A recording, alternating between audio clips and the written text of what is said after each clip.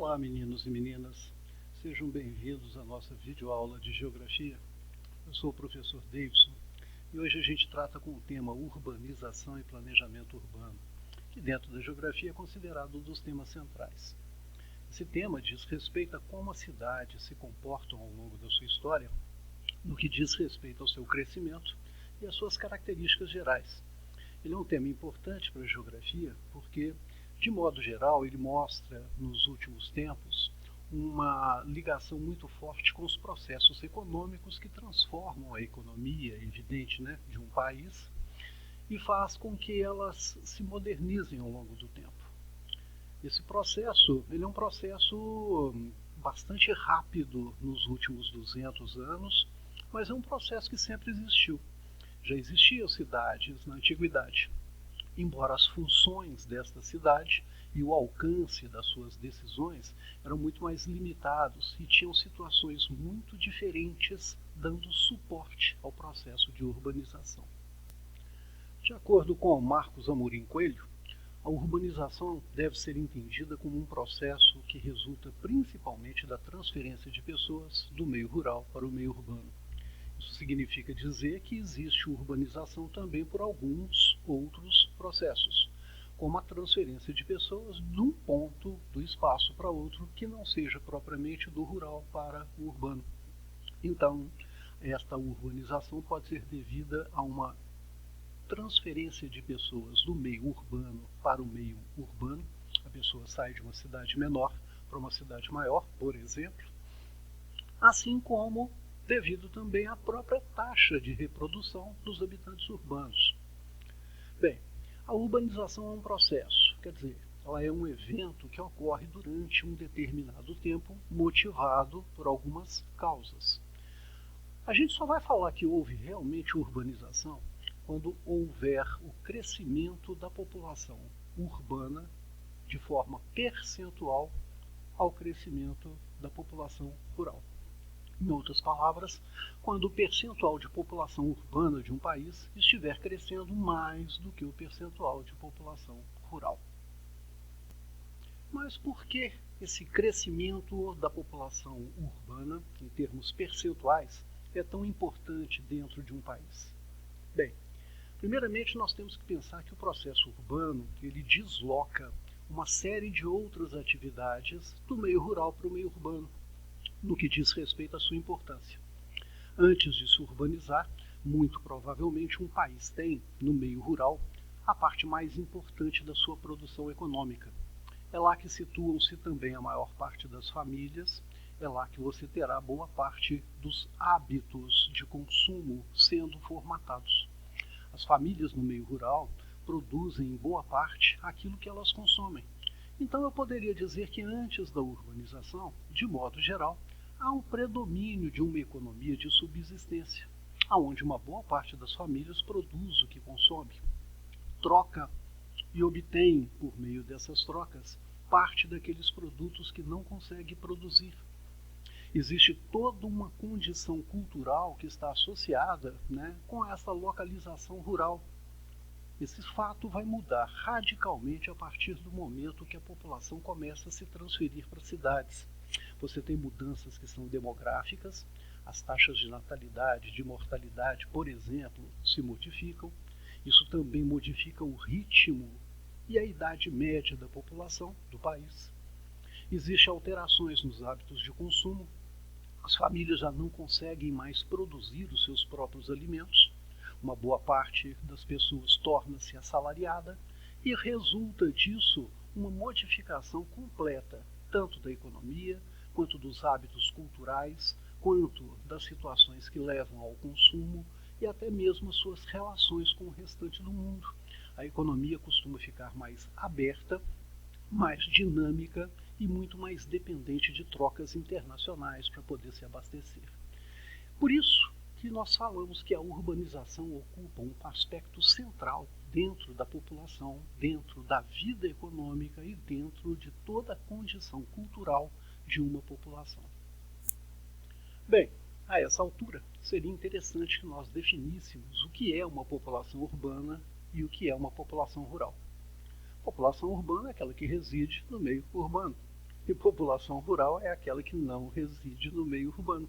Está aí uma definição muito simples. O grande problema é diferenciar essa população no que diz respeito à sua localização do espaço.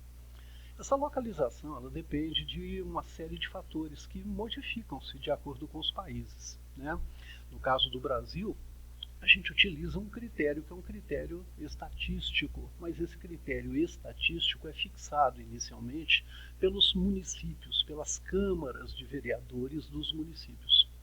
A Câmara de Vereador ela tem o poder de editar leis, e estas leis, né, definem dentro do espaço urbano quem reside numa área que é urbana ou não. Então, uma vez que a Câmara dos Vereadores votou e definiu qual é o espaço urbano, delimitou qual é o espaço urbano de um município, as pessoas que moram dentro desse espaço urbano passaram a ser tratadas como pessoas residentes no meio urbano. As pessoas que estiverem fora deste espaço, mas dentro do município, serão tratadas como rural. É simples. Só existem dois tipos de população. A população que é urbana e a população que não é urbana. E nesse caso, principalmente no Brasil, definidas por meio de processos que são legais, editados pelo município. Esses critérios, então, podem abranger três instâncias. Um critério do tipo administrativo, um critério matemático, estatístico e um critério científico. Por exemplo, o critério administrativo, ele considera como cidade ou como distrito aquele local que contém os equipamentos da administração pública. Em outras palavras, né, a sede da prefeitura, por exemplo, as secretarias ou os órgãos que, né, da prefeitura exercem, né, estas funções executivas em algum ponto do município. Então trata-se no caso de um distrito ou uma vila. O resultado é um resultado um tanto quanto subjetivo, porque, como a gente falou anteriormente, ele depende de uma percepção. Ele depende, na verdade, da criação de uma lei que regulamenta aonde, né, o processo administrativo está localizado. Numa cidadezinha pequena, por exemplo, os vereadores podem muito bem estabelecer como limites urbanos a área municipal no qual se encontra a prefeitura, os órgãos ligados à prefeitura, como as secretarias diversas, a Câmara de Vereadores e, eventualmente, até mesmo a sede jurídica menor, que é o fórum, que pode ou não existir dentro dos municípios. Em geral, né, a ideia principal está localizada, né, sobre a questão executiva, principalmente a prefeitura. E a partir da localização da prefeitura, fixam no espaço os pontos que seriam as referências da abrangência municipal.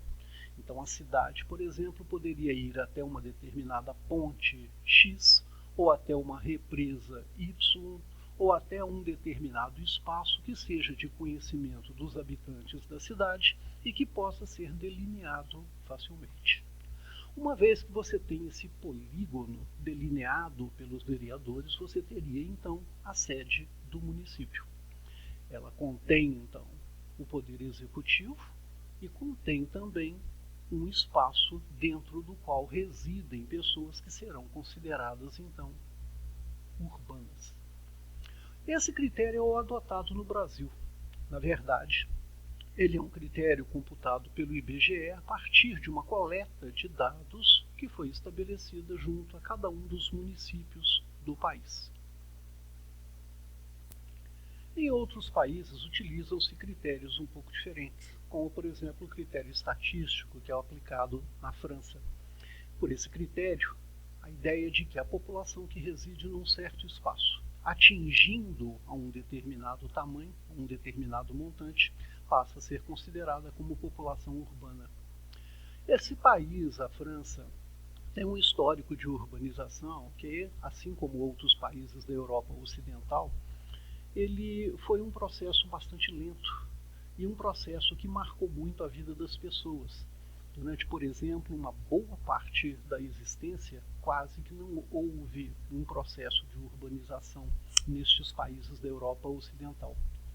O resultado foi que muitos destes países conviveram com pequenos locais onde a população se aglomerava em torno de algum castelo, em torno de algum outro tipo de sede do poder administrativo e, principalmente, por conta dos processos que estavam ligados, à condição de trocas, formaram pequenas vilas.